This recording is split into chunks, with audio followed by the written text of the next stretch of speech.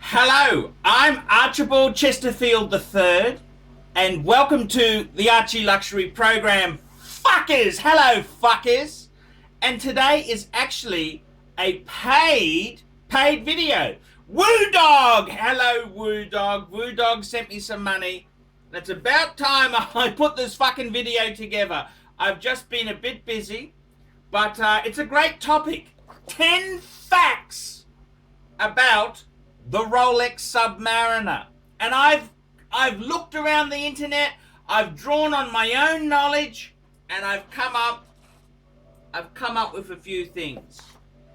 Did you know the Rolex Submariner? I'm actually wearing the Explorer 2 as I'm making this, but that doesn't mean that I don't love the Submariner, because I got the gold, the solid gold fucker.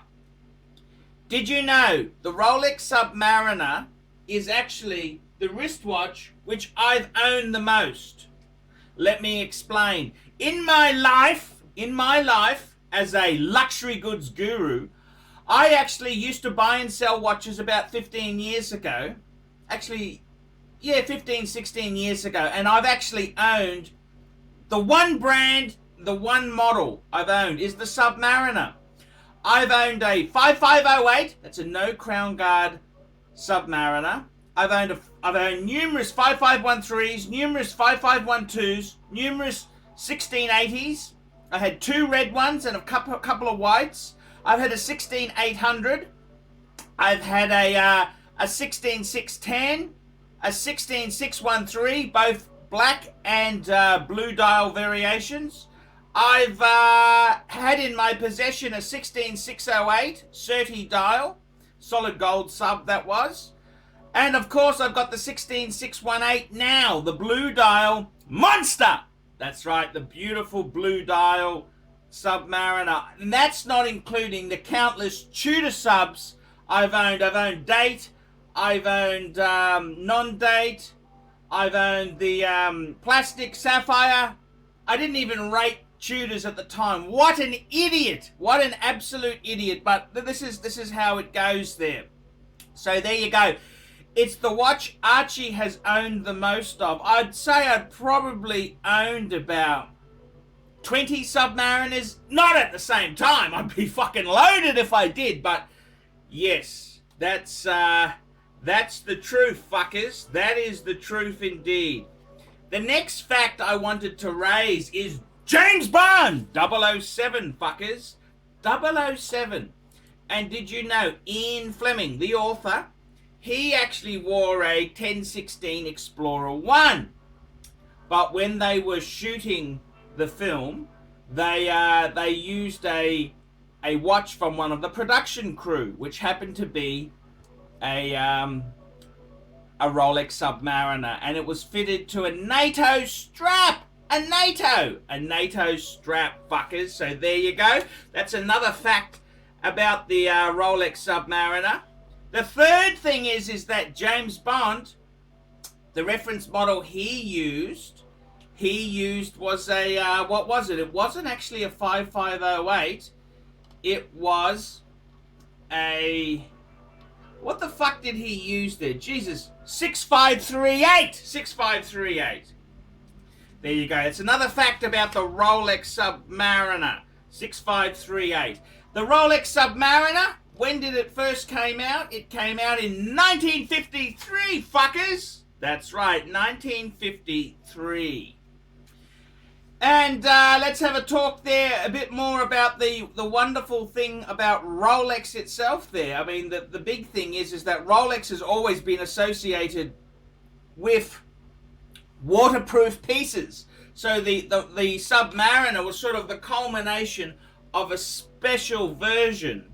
So that's fact number 5. Fact 6. Did you know? Can you name the James Bond movies where James Bond wore a Rolex? Let's go through some of them. There was Dr. No, From Russia with Love, Goldfinger, Thunderball, On Her Majesty's Secret Service, Live and Let Die, The Man with the Golden Gun, and License to Kill. There we go. And the wonderful thing about the James Bond sub. It could do so many things there. Okay, let's get some more interesting facts on the Rolex Submariner. The Rolex Submariner is probably the most recognized, this is fact 7, the most recognized sports watches in the Rolex range. It's sort of their signature piece in sports watches. Unfortunately, a lot of assholes tend to have the Rolex Submariner. Another interesting fact, did you know the last model of Sapphire, no date, the 14060M, the last model was still a Holes case. There you go. Fact 8, fuckers. It was still a Holes case. Another interesting fact. Geez, we got a few facts coming here, but I tell you what, I'm a huge Submariner fan, and I just got to say to you fuckers, it's one of the brands that I just adore. I think it's just absolutely amazing, fuckers. Absolutely amazing. It's just fantastic to know about the Rolex Submariner, and I love them. I absolutely love them. I think they're a watch you can wear with a suit. They're a watch you can wear anywhere you like. It's so versatile. And let's have a look there. The first Submariner had a reference 6204 and 6205. Other interesting facts there. Let's have a look there. What else can I can give you here? What's another interesting fact there?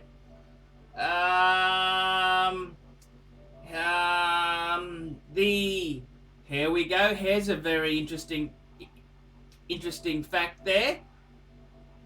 The 14060. Actually, that's not quite a great fact there. What else can we... Just looking up some interesting facts on Submariners, fuckers. What else can I say there?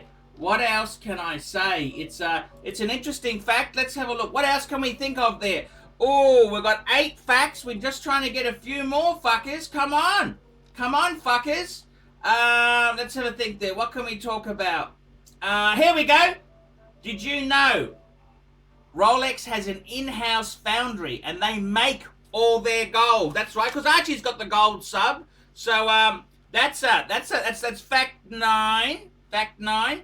Rolex gets 24 karat gold in, and they put other metals with it to give it the 18 karat and to give it the strength that they want there. There you go. Rolex is one of the few companies to have their own in-house foundry, fuckers. Very, very interesting. Rolex uses, here we go. Rolex uses a very, very, very, very difficult steel. They use 904L steel, and most people in the watch industry use 316L steel. And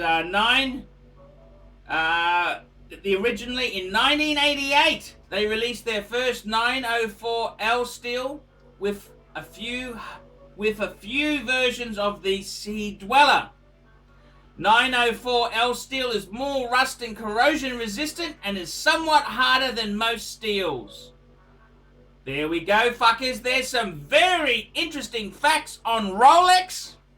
And thank you, Woo Dog, for the paid for view video. So there we go. I think we got more than 10 facts there. You got your money's worth. So there you go. Archie's, who would have known that? Archie has owned 20 Submariners. And the 5508, oh my God, let me tell you some Submariner disaster stories. I bought it for $2,000. I sold it the same day for $4,000, and I thought I was hot shit. The 1680s, the first 1680 I sold to James Dowling. I sold it to James Dowling for $4,000 US, head only. The second Submariner I bought from a cash converters at the Tweed Heads on the Gold Coast. It was about $1,500. I sold it that day for $4,000 to Armadale Watch Gallery. I think I was an idiot to do that, but you know, this was in 1999. 1999, that's right. I've had numerous 5513s, numerous 5512s. The 16800, that was the first Sapphire, the intermediate model. The 16800, the 16608. Oh, and I've also had a 16603, which is the two-tone variation. That's the intermediate model. That's the first Sapphire version. So 1680, then they added a 0 on for the steel. It became a 3 for the two-tone and an 8 for the solid gold. And then it became the 16610 or 16613 or 16618. So there you go. Some very interesting facts on the Rolex Submariner. I'm ArchieLuxury. Tell me what you fuckers think of that. And yes, the telescopes. I do use them, fuckers. I use those fuckers.